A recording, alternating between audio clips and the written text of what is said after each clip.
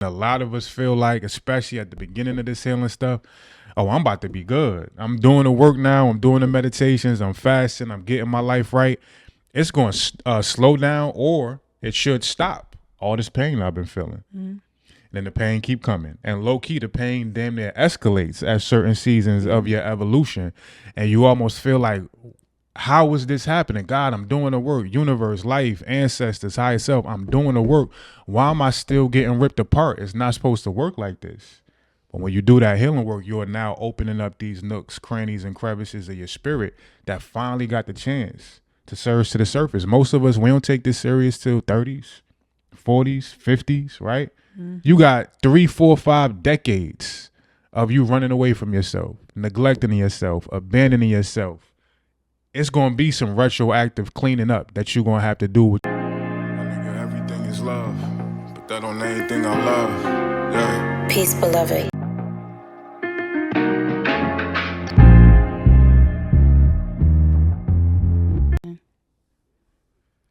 What introduction? Yeah. What? I'm going to get you a church fan. I think it's necessary at this point. Don't you got one of them little Chinese fans now? Yes, and I do. I don't know where it is. It's upstairs, but yeah, I do. Yeah, and I got the one from Peru. Yeah, we gotta get you like a holster. Yeah. No. Nah? I don't need no fan holster. I'm in here freezing right. And you still fanning. So yeah, we gonna get you a holster. Couple different fans. Chinese fan. I only need fans when I'm doing stuff. I just did a lot of stuff. You always doing stuff. Even when you're not doing stuff. Okay. You know, women run hot. We know that. That's true. Ain't nothing against you. Right. Huh? Right. Right. Okay, go ahead. Hey everybody, welcome back to another episode of God Is Me Again. I am Candyss Love. I'm your boy, Brickcitibuddha, and I'm freezing. And I'm hot. And I'm anxious. Okay, why? I think I'm still processing energy from this morning. And that's gonna be the topic. Okay. Before we dive into that and how you was able to hold space for me. Pull your head up some. It's not tracking you. It needs to track your eye. Yep. Okay. Yeah, before we get into today's topic, this is, let me see. I don't mean to take your fan from you. This is the last day of the water fast. You can go back to fanning now. Yep, last day. So what's that? 19 days of a chelation detox, and 6 days of a water fast while you was on your cycle. While I took a little bit too much zinc and almost killed myself. And kind of low-key had to, not end my fast, but I had to eat a little bit just to balance things out from the too much zinc. By the way, too much zinc can cause copper deficiency, which I had no idea about. I didn't even know the proper amount of zinc to take. I was just popping 2 pills a day. Come to find out, that was way too much, right? So this has been an eventful fast. I mean, last year's fast, it did what it needed to do. We were going to events. We were leading events last year. It was a different difficulty last year because we had God Body Weekend during our water fast last year. 3 days in a row, events all day. I don't know how we got through that. Mm-hmm. We showing up to every event with Manuka honey in my pocket, surviving off that and just water and tea and stuff like that. So that was a different difficulty, and that was a parasite cleanse. We also felt great at a certain point, even during the water fast. Like day 4 is like, yo, this is the best I ever felt in my life. Yeah. This chelation cleanse, extremely different, right? And shout out to our brother Herbal Chemistry. Yeah. If y'all want info on the virtual guided fast, hit him up. But I just want to start with how you feel, where you at, how does your heart and your mind and your body feel the last day of this water fast? Mm-hmm. And we'll go ahead and dive into what we got. Yeah. Man, so day 1 of our water fast, I start my moon cycle.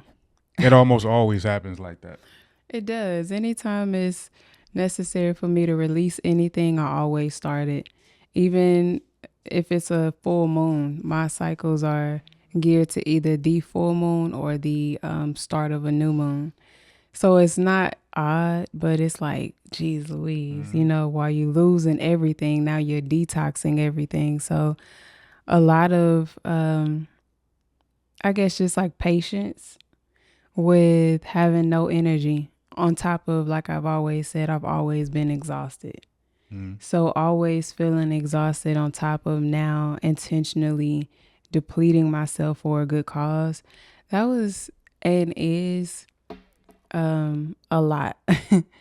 And I think what also stood out to me was I have no energy, but on top of that, I have a little comparison because our last detox, I looked great by the end of it. Like my skin was popping. And this detox brought out so much that my skin has like changed overnight. Both of us, yeah. You know what I'm saying? Like it's just wait. I thought this was gonna make me look like a glowing goddess by the end. So probably mid our detox has been really forcing me to, I guess, just accept where my body is, specifically my energy and my skin and my weight. And just acknowledging how stiff I feel. And I don't know, it's just kind of motivating me to do better with my eating, even though I already do good, but it's not intentional. I wouldn't even say good. It's just not intentional. It is enough to get me through the day, but this has been a reminder to really focus on what's necessary. We've gotten to learn a lot more about different herbs, a lot more about supplements, what supplements go together, what we need to do to balance the supplements, to bring the supplements out.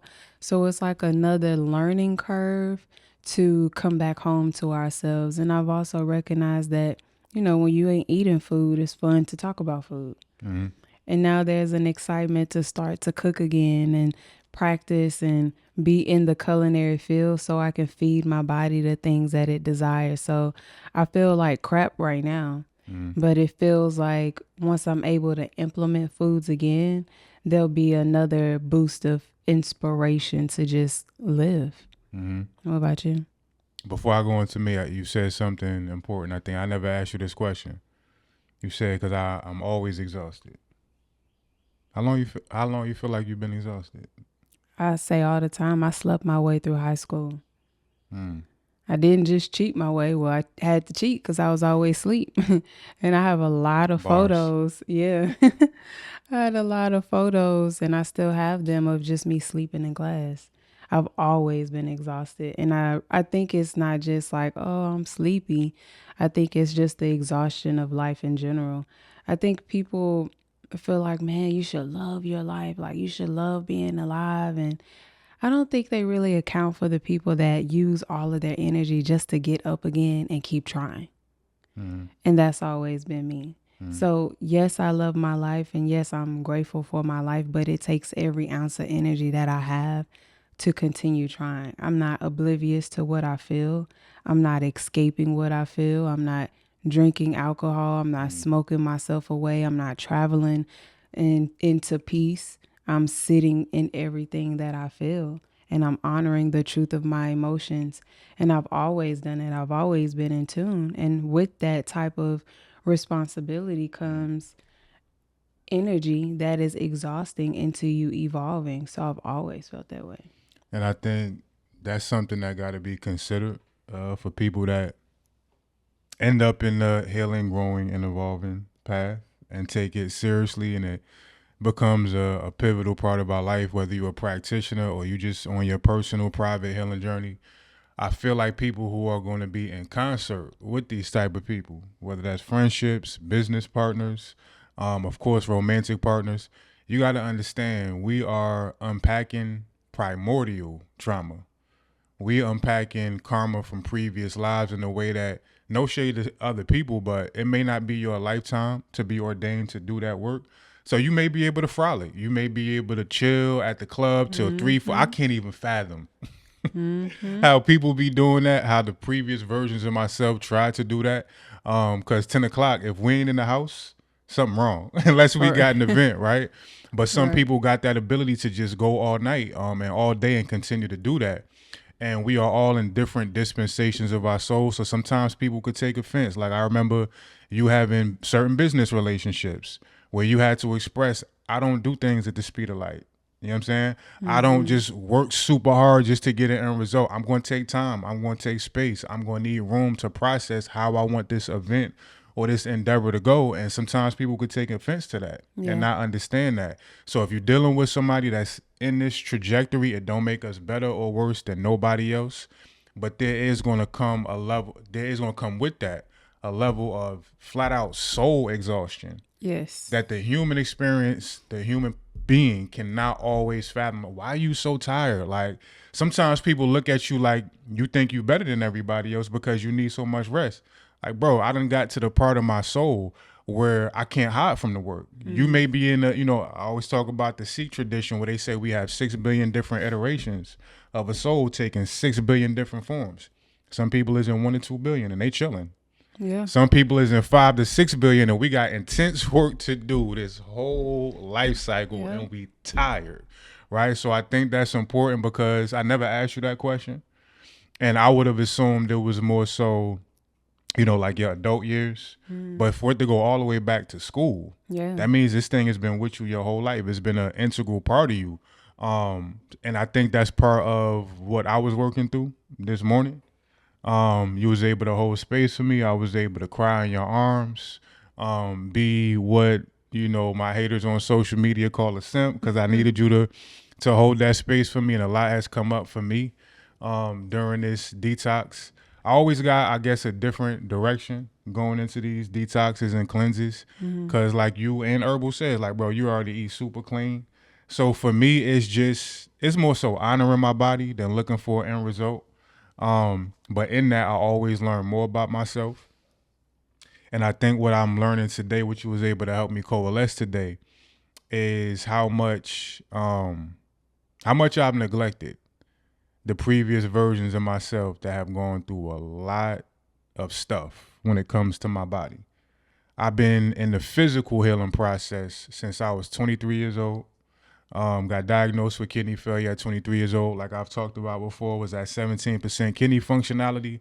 And off rip, doctors is telling me, oh, you're going to need dialysis soon. You're going to need a transplant at some point. Your quality of life is going to go down. You probably going to have low life expectancy. I didn't know if I was going to live to 43, going on 44 this year. So I have been reconciling with my own mortality on a physical level for a long time, and nobody really understood how to hold my heart during that space. So I had to just go straight into survival mode and trying to beat or fight what the doctors was telling me about. And I'm just coming to grips with the fact of how much of a toll that's taken on me. The kidney issues developed into the blindness. The blindness developed into heart aneurysms and all type of stuff in between. And I'm tired. I used those same words when you was holding me. One of the things I felt was like, yo, I'm tired of this shit. I'm tired of always having to think for and navigate through what my body needs next, and me saying I'm falling apart. And you always should, baby. You're not falling apart. I realize underneath that is a certain level of resentment Mm-hmm. towards my body, a certain level of feeling like it has abandoned me. Mm-hmm. I've had to give more to it than I see maybe other people have to give to their body. I see people all the time do whatever they want, smoke cigarettes, eat burgers every day. We watch a lot of those videos on YouTube, and it's not conscious. I'm not like consciously jealous, but I'm realizing deep rooted in my subconscious, I'm mad at myself for not being able to live a life that carefree. I'm mad at my body for not taking care of me in that way. And there's been a lot of realizations, not just today, but over the course of this fast that I want to get into about how to approach healing the body and the nuances and the details that come with that we often overlook. Yeah. I think before we get there, I think it would be beautiful if you touch on what came up for you as far as the 8-year-old you, the 23-year-old you, because you mentioned something when we were speaking that your mom and dad would have to give you shots or they would have to put drops in your eyes and you couldn't be exposed to light in your eyes for a long period of time, and you have to lay on your back for 14 on my hours a stomach. day, on your, yeah, on your stomach for 14 hours a day. But then you said something that like really struck me. You said your mom and dad would be crying because you would be shaking, how painful it was when they would put the drops in your eyes. But you said you couldn't cry because, It could have damaged my eyes. and it just instantly reminded me of the quote that says a person that wants to cry but can't cry or doesn't know how to cry is the epitome of a living hell. Mm. And so to have all of these things happening within your body, within your mind, within your confusion, and how it stems from a lot of woundedness, and not be able to even cry or show emotion and be vulnerable when such a life-changing and drastic and traumatic situation is happening, I can only imagine where those emotions went and how they continue to just be stored in the Yeah. body. And so now when you feel sensation in the body, it's kind of like that 8-year-old you, that 23-year-old you is coming back out like, hey, I still need to cry. Mm-hmm. Remember those times we had to suck it in? Mm-hmm. We had to suck it up. Pause. We had to really disregard how we felt and ignore how we felt. And now it's like, hey, I'm just bringing this sensation up in your legs to remind you that we still need to cry about some things in the past, or at least acknowledge emotion that we didn't have the ability to then. We can do it now. What do you say to that? Yeah. So, and what I just took, again, shout out to Herbal, one of the goats, brilliant brother. But I had when I took too much zinc, he was talking to me about a lot of different things that could affect how I respond to certain processes and fasts and stuff like that. So he put me onto something called rhodiola, rose, and he was breaking down the fact that's what I just took, and it calms you. It's a stress reliever, and I'm a mindfulness teacher. I'm a cool ass dude. At the end of the day, I don't be tripping about a lot of stuff. I'm able to let things kind of wash over my back at this point in my life and my healing process. But that's what's on the surface, and it's not to say that I'm hiding anything.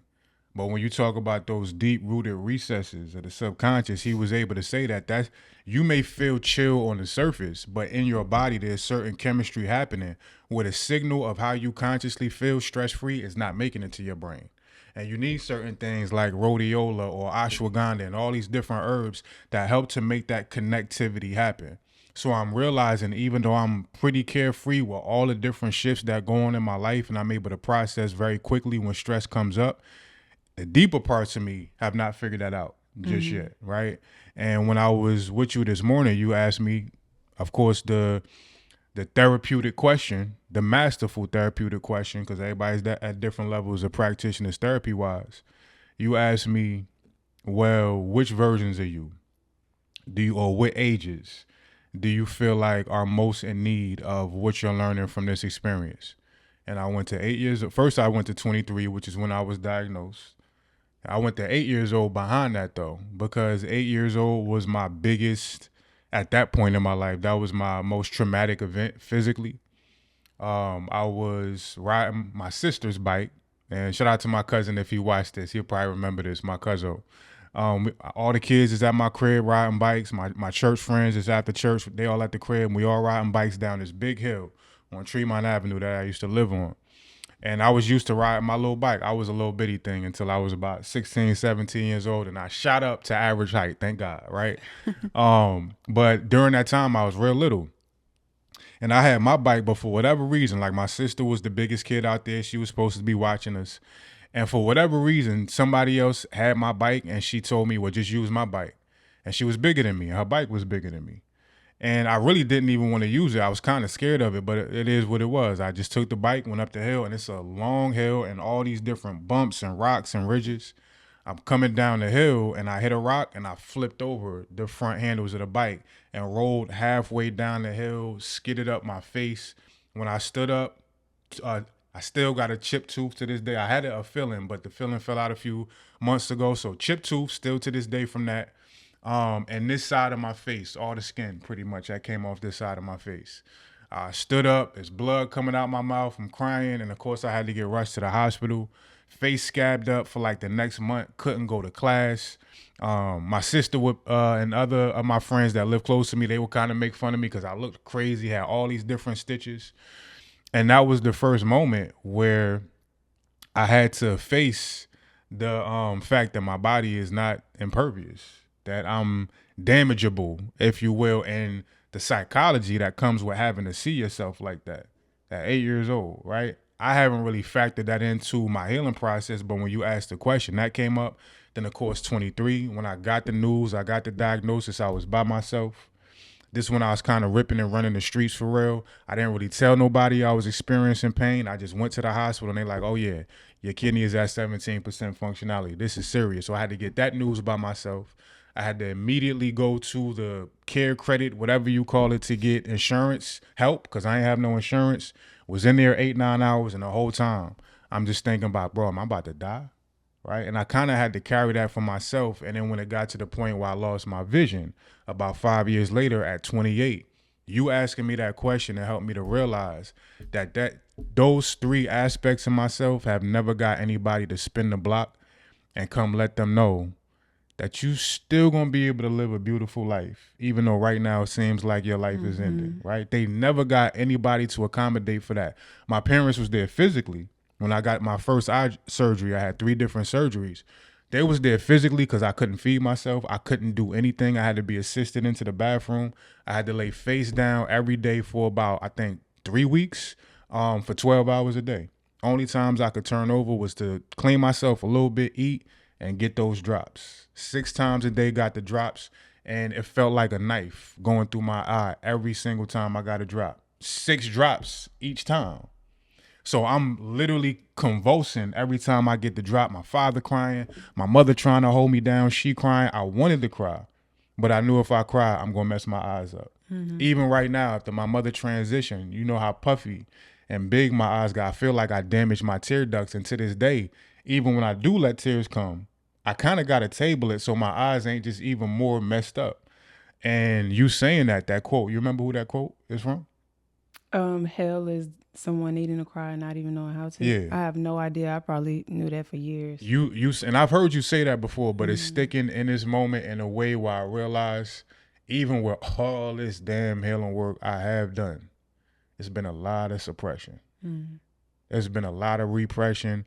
It's been a lot of corners, nooks and crannies and crevices in my spirit I haven't investigated. Yeah. I haven't spun the block for. And that's why I kind of broke down into tears this morning. Not just the exhaustion of everything I've been through physically, but I left my homie stranded. I left those versions of myself stranded, and I'm going to start to do that work going forward. But yeah, that's what this is bringing up for me. Yeah, I think that's really beautiful because a lot of times when we evolve, it feels like, well, I did the work, but then we don't recognize that when you evolve, spirit, God, our soul shows us things that we just weren't privy to because it wasn't time for us to be privy to. And so now you have these versions of you where it's like, oh yeah, I got to go back and save them. I got to go back and remind them that they're safe. But I thought you mentioned something that was very important because I remember the day that the filling fell out of the bottom tooth. And it's just like a little bitty chip, piece. And you forgot about how that happened. Like you thought that your tooth had I thought my tooth fell out. Yeah, you thought that your tooth had just fallen out. And it took you a little minute. And then you were like, hold on. I think I did get a feeling. And so that means that that's a whole experience that was completely forgotten about. You didn't even remember how that happened to the tooth. So it's like that experience was really trying to get your attention. That's crazy. And the emotion that you felt was, see, my body's breaking down. But the tooth chipping was really like, no, I'm just trying to get your attention to remind you about 8-year-old us. I need you to come back and save me. And essentially what happens is when there's a wound that is still bleeding from the past, it'll bleed into your present reality. And so that wound has come back not to mess with you or bother you or give you a horrible life, but just to get your attention and ask you to come back home to yourself. I didn't even piece that together, that the chip tooth was him. saying, "Come back and get me." And those are really the subtle ways that these versions of us try to get our attention, but they're so subtle that if we aren't really tuned in to them, we'll miss them and we'll just think it's a random occurrence. But this is really like them knocking at our door, like, hey, don't forget about me. I'm trying to get your attention. And we go to the doctor, we get into the solution. We end the relationship, that's the solution. We go on a detox, and that's the solution. Whereas they're like, I actually want you to focus on the symptom. I want you to focus on that because that's the doorway into me reminding you that I'm still here and I still need your nurturing. And so much of healing is not about solution. Just like we starting to realize with some of the times when we have discrepancies, we done got really good in the past probably 7 to 8 months at if we have a disagreement, we realize we don't have to take this all the way to us figuring out a resolution. Just us expressing it a lot of times be enough, and then the solution organically comes. So it also correlates to what I've talked about on here as far as the system of yoga. Bhuti, right, is one of the four functions of how your mind works. It's the highest mind. And Bhuti is talking to you in all different ways. It's like your divine intuition. And for a lot of us, you know, it wants to be able to, like I often say, it wants to act like a quarterback. The easiest thing a quarterback could do when they hike that ball is just to hand it off to his running back. Booty trying to hand us the keys all the time. That chipped tooth. I'm worried about, oh my God, is my tooth getting brittle? I got a lot of teeth work that I got to get done. So I'm thinking, yo, is my tooth falling out? Is it that crazy? And immediately calling the dentist and working on a solution. I didn't even take the time to realize Booty was communicating to me on behalf of my 8-year-old self that, yo, it's time to come back. I eventually did take the unconscious message by saying, yo, he about to do chelation. You think you want to do it? And yeah, let's get it. And like you always say, like, docs, you don't really have to do these. Like your approach to food and everything is so strict and devoted and dedicated. You don't really got to do this. But for me, it'd be something in the back of my conscience and like, yo, yep, we going to do it. We're going to struggle through this. We're going to do another week without food. And it was more so the second step in Booty trying to give me the download that you got some work to do coming back to these versions of yourself. And had I not had this fasting experience and face breaking out and stuff showing up and legs shutting down, I wouldn't have got this full message being able to like download and coalesce in the way that it is right now. So I didn't even connect that dot with the tooth. And it brings up something else too. That's more so the retroactive portion, but we also, when we get into the healing sector, to a certain degree, we almost feel like, and I have put this on my my threads today, healing doesn't make you exempt from new things to heal through. And a lot of us feel like, especially at the beginning of this healing stuff, oh, I'm about to be good. I'm doing the work now. I'm doing the meditations. I'm fasting. I'm getting my life right. It's going to slow down, or it should stop all this pain I've been feeling. Then the pain keep coming. And low key, the pain damn near escalates at certain seasons of your evolution. And you almost feel like, how is this happening? God, I'm doing the work. Universe, life, ancestors, higher self, I'm doing the work. Why am I still getting ripped apart? It's not supposed to work like this. But when you do that healing work, you're now opening up these nooks, crannies, and crevices of your spirit that finally got the chance to surge to the surface. Most of us, we don't take this serious till 30s, 40s, 50s, right? You got 3, 4, 5 decades of you running away from yourself, neglecting yourself, abandoning yourself. It's going to be some retroactive cleaning up that you're going to have to do, which is going to look like, even though you're doing a great job with your healing journey, a lot more stuff is going to present itself. It even come back to, and I'll give it to you, a quote from Jesus. And this is one of the most powerful things in the Bible, I feel like. This quote used to always stick out to me. This is Matthew 26:39. And mind you, we're not Christian, y'all. We respect all religion. I know a lot of these podcasts, their approaches is really Christian based, and we pride ourselves on being one that's not Christianity reliant, but we take our wisdom from everywhere, right? So take what you need, leave what you don't. Facts. Matthew 26:39. This is when I think Jesus was having that conversation with, his father, God, pretty much before he had to get crucified. And he says, my Father, if possible, please let this cup pass from me. Meaning, if I don't got to do this, I don't want to do this. You know what I'm saying? And then he follows up with, but it's not what I want. Your will be done. That's the perfect balance and dichotomy of I feel like the approach we need to take. Yes, we gotta acquiesce and accept and surrender. A lot of this is about surrender, not solution. We gotta accept the will of our higher selves, the divine and the universe. But we also gotta honor that part of ourselves. It's like, I don't want to deal with this shit. I don't want to do this shit. I don't want to have to experience this. Both sides have to be acknowledged, and it's even to where a lot of y'all believe the most divine being that ever lived, even Jesus, was like, bro, if you could take this cup from me, please do. But I'm still with the shits if it come down to it. What you got in reference to that? Yeah, it's actually crazy that you referenced that because I have that in my newest book. Wow. Yeah, I speak about that, and The same person. we're the same person. I speak about it because people do feel as if they should be exempt from the pain that comes with life in general, but also the healing experience.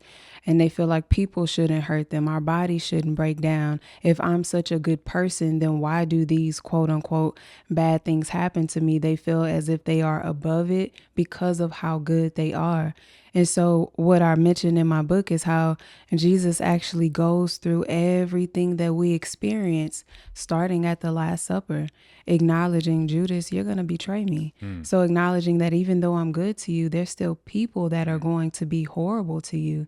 And then Jesus goes on and knows about what's about to happen to him, and then has the choice to ask God, if you can take this away from me, then take it. But is met with silence, which is, I'm not willing to take this away from you. And I need you to endure this because you are powerful enough to endure it. And on top of you being powerful enough to endure it, as people watch you endure what you are asking me to take from you, it's going to empower them to also endure it, because it is inevitable that they're going to experience the same thing, because this is universal law. Everybody's going to experience it. And then Jesus goes on to be crucified, not just within the body, but lies. People are throwing stones at him. They're cursing him. They're mistreating him, which is also a reflection of what we'll all experience. And then his body has to take it. And even when his body has to take it, he has another moment where he's like, why would you forget about me? Why would you forsake me? I thought you loved me. So that's the other part of like, God, why would you allow these things to happen to me? Why would you allow me to have these things happen to my body? Why would you allow people to mistreat me, lie on me? Why would you allow my life to be so difficult? I thought I was good. I thought you loved me. Why do I deserve this? And then Jesus remembers his power and remembers that people are watching him lead by example what it looks like to be of Christ. Not just of Christ, of how Christians think Christ of it. consciousness. Christ consciousness, to embody your power and be so powerful where you acknowledge, can't nothing break me. Can't nobody break me. Can't no illness break me. I'm powerful enough to where I can endure it all. And on top of me enduring it all, I'm going to pray for everybody around me, because I know that they're going to experience this too, and they don't even recognize that I'm leading by example, so they can also know the power to embody when it's their turn. Few things to what you just said, and that's crazy that you got that in your book. Yeah. In the moment where Jesus asked for that, and silence came. Yeah. I forgot that part of that scripture as well. Silence came. A lot of us will perceive the silence as an unanswered prayer. Yep. When low key, most of your direction, your guidance, and your granted wishes and prayers are coming through the silence, and source is kind of letting you know you got to sit in that. Not because I'm mad at you. This is part of the contract you signed off on to get the most out of this life cycle that you can get. So you ain't got to repeat this again the next 10 lives. So I'm trying to help you, and this silence is letting you know this one on you. I'm here with you. Footprints in the sand, right? But you gonna have to wear this one, and not because I'm mad at you. And even with that word Christ consciousness, a lot of times people will be like, well, that's new age, modern spirituality. What does that even mean? Christ literally comes from the term Christos. Christos is Hebrew, also used in Greek, and it translates to the anointed one, Messiah, as well as light bearer, right? So when you're in it, and then of course it was translated into Greek as Christos, spelling is Kyrstos, and then the Greek turned it into Christos, which is part of why that was Jesus' last name. But when you are able to see the light in the darkness and respond to that accordingly, you are living in Christ consciousness. And that's in every bit of how you was able to break down, God, take this cup if you can. If not, thine will be done. Again, another request and another almost accusation. Why are you forsaking me? Like I've been doing what I'm supposed to do. And that also comes back to the word should. I feel like one of the most dangerous words in any lexicon, in any language, is that word should. Right? Whether it's you should do this or this shouldn't be done to me, that word I feel like is the That shouldn't have happened. That shouldn't have happened, which then turns into I don't deserve this, which then turns into the idea of injustice, which is encompassed by a term that I also feel like you said you're writing on in your book. And I had never heard these two words juxtaposed. Victim righteousness, right? That whole idea of Cal, you've done enough. I've done enough in this life to not have to deal with no more pain. I'm holier than thou. When even Jesus and all the different yogis and gurus have all had to go through the same stuff we had to go through. That victim righteousness, based off words like should and deserve, is really what makes the experiences a lot more painful than they got to be. It's going to come with pain. It is what it is. But when you have these perceptions averse to the worthiness of the experience, that's what amplifies that pain. And usually, even after the experience is gone, that resentment, that idea of injustice stays deep rooted in the system. Yes. And the umbrella of should stays over you, almost like a dark cloud kind of hovering over you, attracting more of things that you may not have even necessarily signed off in your soul contract before you got here, but you didn't see the light in the darkness. And now you are walking through life with this damn near anger, right? Yeah. Disdain towards life itself and your experiences that attract more of the same. Yeah. Yeah, I agree. I think I had the rhetoric of I don't deserve this. I would say it all the time. And it wasn't until my 12th ayahuasca experience that I recognized that I was the righteous victim. And that's why I can see it clearly in other people now, because you use it as a way to exempt yourself from pain. You wear a mask of being so good that you are exempt from anybody being able to treat you horribly or badly. And so you say, I don't deserve this, where the truth is maybe you do deserve it, not because you are a bad person, but because this is the thing that is going to help you evolve to your best self.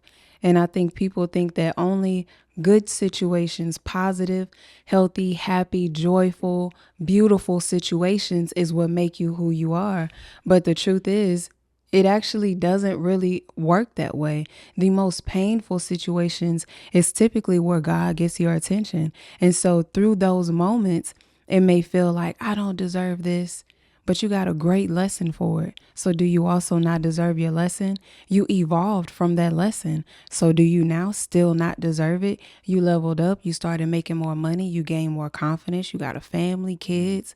You got the beautiful life that you wanted based on that pain that happened that was a conduit to get you to the place that you are now. So when you say, I don't deserve this, you aren't even calculating how this is playing a part as a conduit to help you evolve into the being that you are supposed to be. One of the things that I would have that happen to me was like the addiction, where it's just like, God, please take this away. The addiction to alcohol and now the unbalanced eating with food, where it's like, God, if you just take this away, I'll be on the other side, and then my life will completely change, and I'll be able to really focus on things and, just go real hard and really create the type of life that I desire. But then recognizing I'm Jesus, and God's like, no, I don't think it's necessary to take this away from you. It will hurt you if I took this. It will hurt it. It will hurt you. On top of that, people are only listening to you because you had an addiction to alcohol.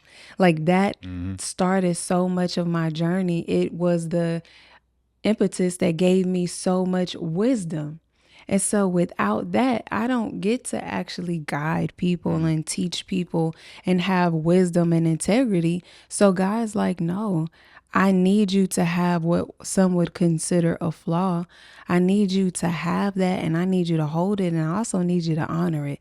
While you're so busy trying to get rid of it, I'm trying to actually use it within you so other people can see themselves within you and have enough faith to continue their evolution. So we're trying to get rid of things as if they're flaws.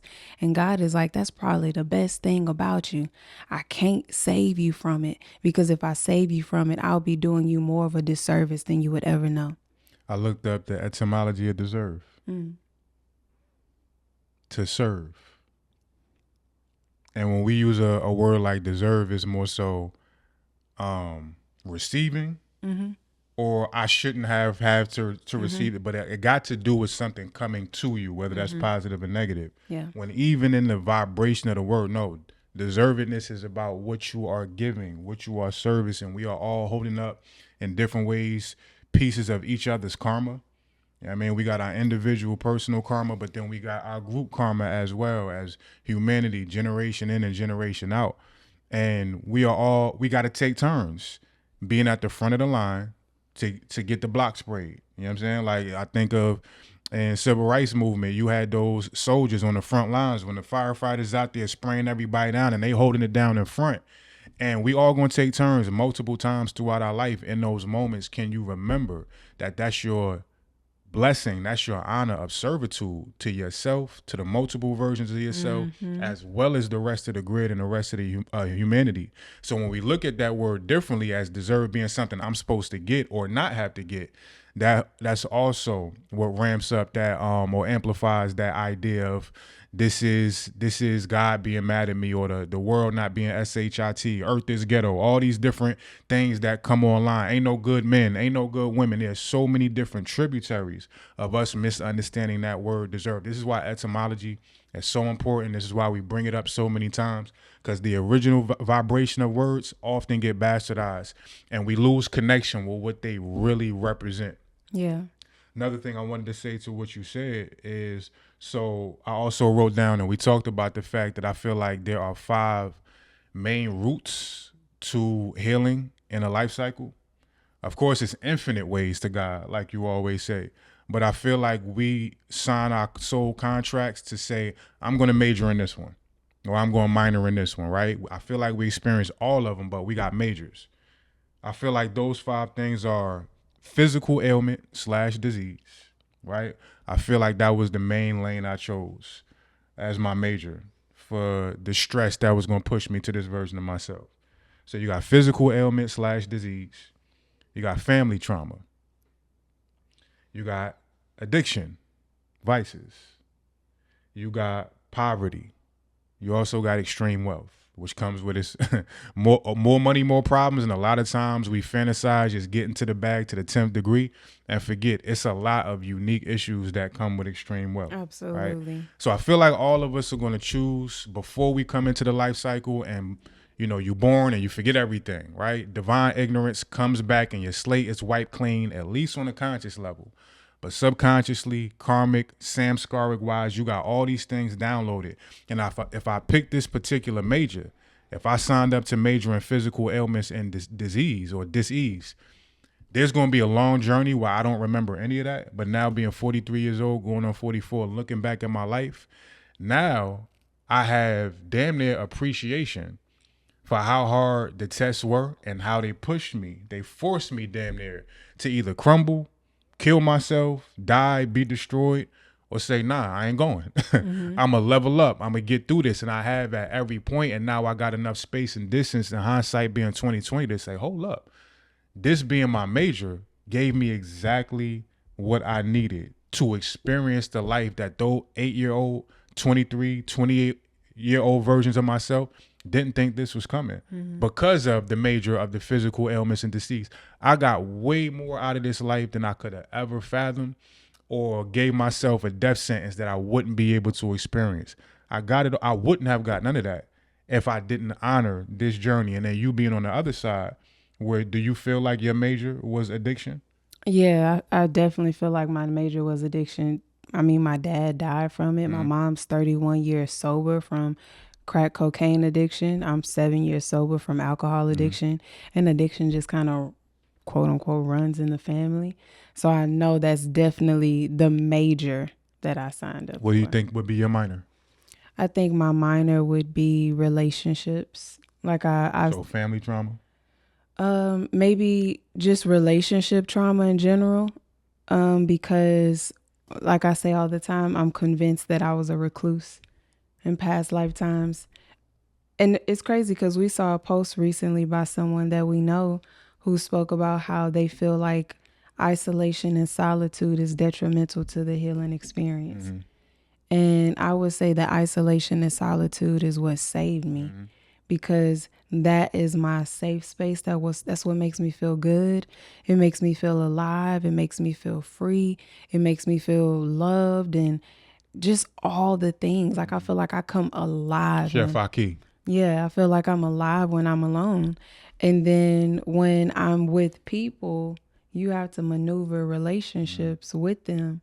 And that in itself feels extremely traumatic for me. So with the post that Chef Aki shared, I don't agree with that at all. Now, maybe some people do need community, but to acknowledge that solitude is not also important, I would say more important, because if you don't have solitude, you don't know how to show up in community. You don't even know how to be by yourself.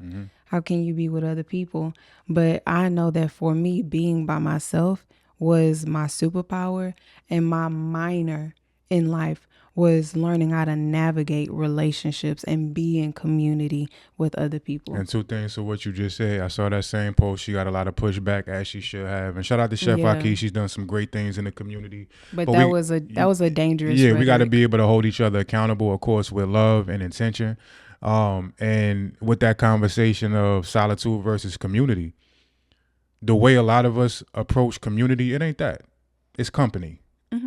We're using people, place, and things to keep us company to avoid being able to go into these levels of ourselves. And I remember the most company that I thought was community at the time that I had was probably in my 20s.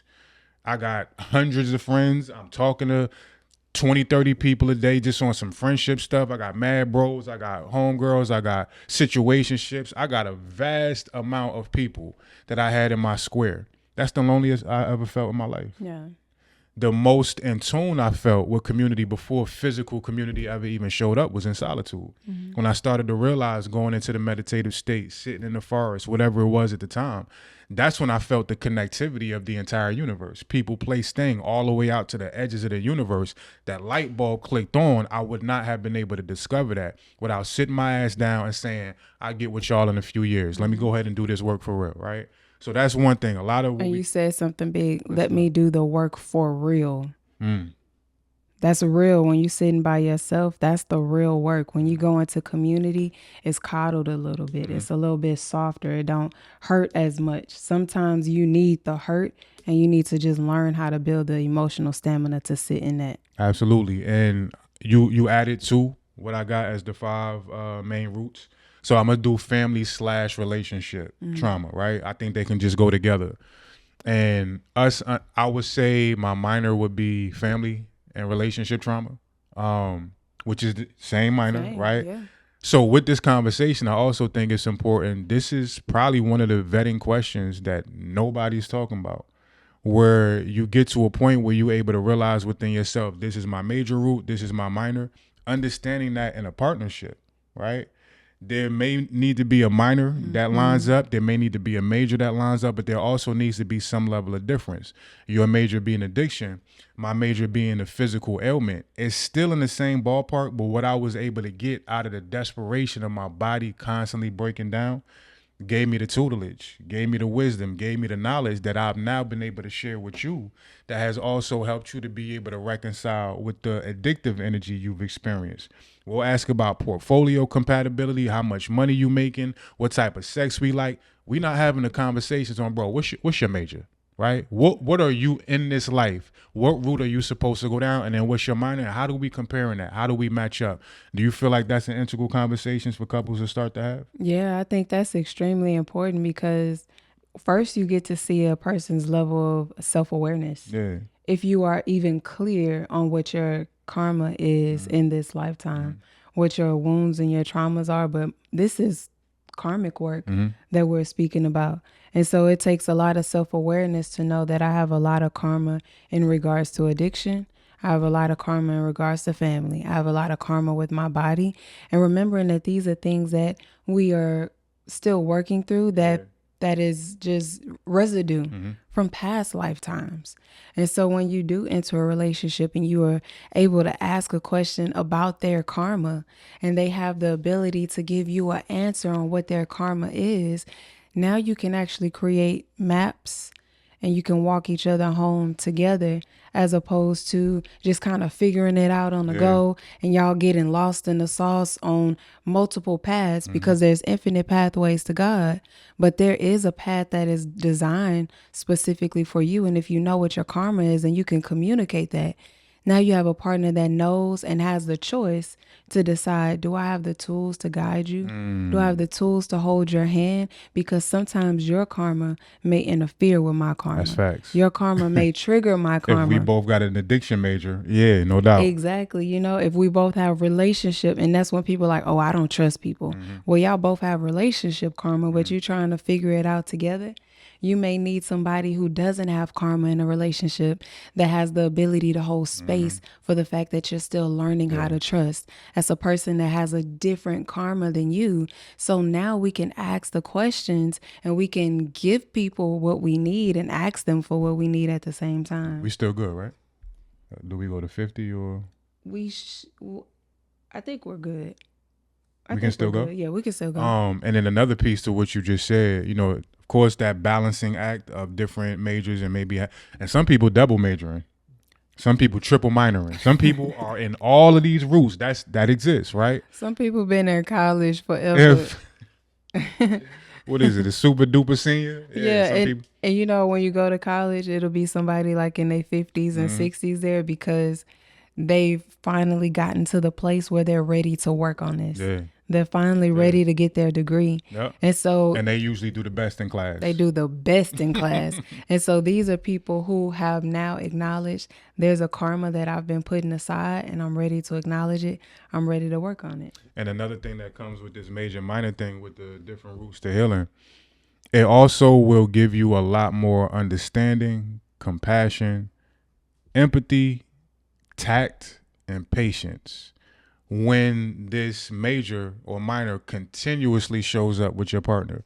Because there's certain moments where the lightest thing can cause tears for you. It may be light to me or to the rest of the world, but being that it's in the wheelhouse of what you struggle with in that major, I can imagine another man like that isn't as in tune with himself and with the healing journey and with his wife getting annoyed, like, she crying again. I got a whole space again. What am I supposed to say, right? And a lot of men is in those type of positions when things like this come up.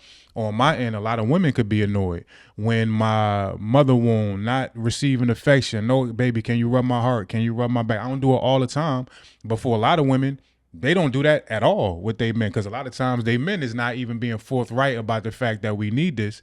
So if I was to be in a relationship with them, I may be labeled as a BS, you know what I'm saying? Like, or simp, or he's soft, or he wants too much, right? Exactly. So being able to understand this major minor thing will also be able to show up in those moments where you may not understand why those tears is coming. You may not understand why, you know, when I asked you that one time, which we spoke about on here, baby, I tried to cuddle with you and you're like, baby, I'm not really in that space right now. And I wasn't mad at you, but what that opened up within me, you'll be able to have a more openness and willingness and understanding of why these roots, the derivatives of the major roots need to be going down. And you'll be excited to walk down these paths with your partner, which is going to build intimacy way beyond vacations, way beyond the greatest sex y'all could ever possibly have.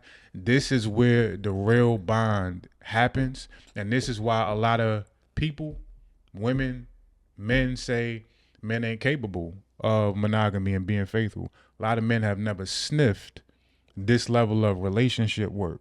We've never fathomed like, oh, this is what really establishes my love for my woman in a way where I genuinely don't want nobody else. There's other stuff to it, but this is a big part of it. Beyond the recalibration of my sexual energy, and me going on a sex fast for a year, no masturbation, beyond a sex fast we do together as a married couple. Yes, that's important. But those moments that we just had this morning that are able to go both ways based on our Yeah. major, that's what makes this bond completely unbreakable no matter what. Absolutely, I agree. Because our bond is so unbreakable. And then it's also because I know you past a man. Yeah. I know you past a human. I know you past a being. I know the depths of who your soul is. You know what I'm saying? That's a different type of knowing. And when people aren't working with another person's karma, you can bet that you'll only get to know that person not even as deeply as you know yourself. It'll always remain surface because humans change and beings transform into other things. And the only way you'll know who a person is if you get to know their karmic work. That's their soul work. But those aren't the conversations that people are having. They want to know if you're willing to pay 50-50. And so it's like, yeah, let's go ahead and pay 50-50 and you're going to be struggling because you'll never be able to know the depths of who that person is, but you know they can provide money. And so if your intention is to have a soul partner, then it's time to start having soul level conversations and asking soul level questions and doing soul level self-awareness. That's the only way that you'll know the truth of who you are, because you mentioned something. When I see certain things on TV, I cry. And he's speaking about loving moments. When I see compassion, instantly I cry. Just happened last night. It just happened last Watching night. a barbecue show, and there was a moment. What's the name of the show? It's called, I think, Barbecue Cook-Off or Awards or something like that. Dope little show on Netflix. And mind you, we watching barbecue shows while we fasting. we hungry. Food, right. But it was a moment where it was one lady that's been struggling for a few different episodes. She was struggling again. She felt like she was about to get eliminated, and they on a timer. One of the other women took the time away from cooking and go just sit there and hug on her and have a moment with her. She ended up winning that episode too, the one that took the time. She started to cry. And I just like, yo, your soul is so beautiful, bro. Like, you know what I'm saying? Yeah. And previous versions of myself could have been bewildered, confused, or even annoyed by those moments being so frequent. But I see it as a beautiful thing because I understand his work. Yeah. And I think even just knowing even more what my karma is, my book is about anger. And it's about transmuting anger into compassion. Yeah. The past 5 years, I've been asking God to soften my heart, to show me compassion, to rid me of anger, rage, and vengeance and resentment, all of those poisonous emotions that I felt that I have repressed for years. So now, just you saying that, I'm able to put this 2 and 2 together. The reason that I cry so deeply when I see other people show compassion is because I want it so deeply for myself. And a large part of me can't tell if I really feel the compassion or if I'm faking. Right. You okay? You're not faking. You're not faking, baby. What I always say to you, your pretty little perfect heart. That's been here from day one. That's important too, as we both releasing today. Because when you are on these soul journeys for so long, boundaries are necessary. Yeah. And we may have to put up certain boundaries that other people may not and may judge, or you mean, or you bougie. Energy bougie, by the way, coming soon, right? And they don't understand the requirements of being a soul that's on 5 or 6 billion different life cycles. Yeah. So a lot of times when we in that position, we feel like me needing to erect these boundaries, seeming standoff, judging people before, not judging, observing people before I open up to recognize if they are a safe space. That doesn't negate the love that you naturally have for people, the love that you naturally have for beings, the love that you naturally have for pets. We just listened to the little dog video the other day. Beautiful meditation channel we've been rocking with. It was a whole 14-minute mindfulness conversation based off the love of a dog. And of course, we got dogs and cats, and you love and have saved all different type of animals. But I feel like the way you love is a lot like how canines love, where if you locked in, I'm on the fast, on her cycle. Shout out to our brother Tim. Tim needed, I'm not going to get into, what he was dealing with, But our brother Tim needed a moment of having his friend by his side. Was damn near scared to ask for it. Yeah. And you like, no, I'm going to show up however you need me to show up. This woman is exhausted on her cycle, no energy. She took 14 hours to be with this man the day after he reached out, right? This is the level of your perfect heart that shows up in ways where sometimes I feel like maybe those previous versions of yourself that had to do more to keep you safe. Yeah. And now I'm here and you in a different version of yourself that could do that work really quick and have fun and have girls trips and have friends. It's a new Candyss here, but that version may still be judging or feel judged for when she did have to erect those boundaries. Your heart is perfect. Thank you, Yeah. baby. Yeah. And even you saying that brought up something for me, because this morning we were speaking about was what the sensation you felt in your body and how's telling you how you are leading by example. You know that I was pretty much an extremist before I met you. Yeah. And so I was like, oh, I did a 90-day juice fast. Yeah. And if you are a person that suffers from addiction, you don't have no business doing a 90-day juice fast because it messes with how the brain thinks. And so not only did you help me balance that out, you introduced me to food in general, like not just certain types of food. Literally introduced her to food. Introduced me to food. I was just like trying to swear off food and go without it. Like I'm gonna be a fruitarian. And you introduced me to food. You introduced me to balance. And then on top of that, you taught me how to cook. You taught me aromatics. You taught me how to cook with herbs. You taught me what it looks like to caramelize something. You know, you have instructed me on how not to be afraid of food. And only through what's happened with your body was I able to have that. Yeah. Were you able to teach me how to honor my body? So just to bring our conversation home, all the things that's happening within your body have served within a great purpose. To serve, deserve. Yes, to have served such a purpose for everybody that you've known. But specifically, you have taught your wife how to live, because I can't live without food. And you've literally taught me how to live, and you've done that by example. And so I just want to tell you thank you for that, because I didn't even put that two and two together this morning. But as you just said these things to me, it's like, wait, I actually wouldn't have been able to do a lot of these things because you've taught me how to eat properly, how to honor my body properly. And you can only do that if you have a body that is instructing you to serve.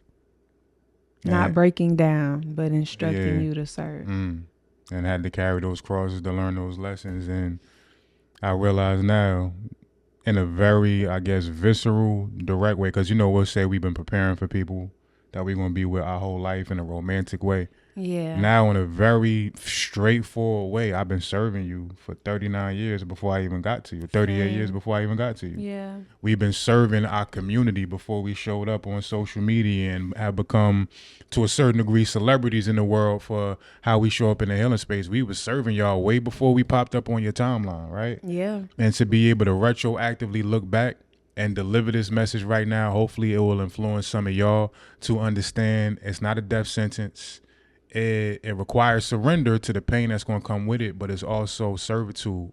It's service. The highest level of love is service. And when you open to that conversation, it will make that disease, that ailment, whatever you're dealing with in the body or any one of these majors, it's going to make it hit different. You almost going to feel honored to be able to carry those crosses, understanding what it's doing for the multiplicity of your own soul, as well as what it's going to provide for the grid. Even if you don't give it to the grid in a straightforward way in that life cycle, just you existing in that vibration, in that space, that seed is going to go into the human consciousness and spill out in some other way, shape, or form. It could be an artist 3 life cycles from when you go back to the dust, and they have an idea that came from the energy you infuse into the grid by being honored, by being of service in the suffering. Last thing I want to say real quick, we okay, right? Yeah. Last thing I want to say real quick is also what I realized about the disease, dis-ease, ailment, whatever you want to call it, all the different things I've experienced through my journey and continue to experience. I realized that the terminology beat, fight, like beat cancer, fight cancer, right?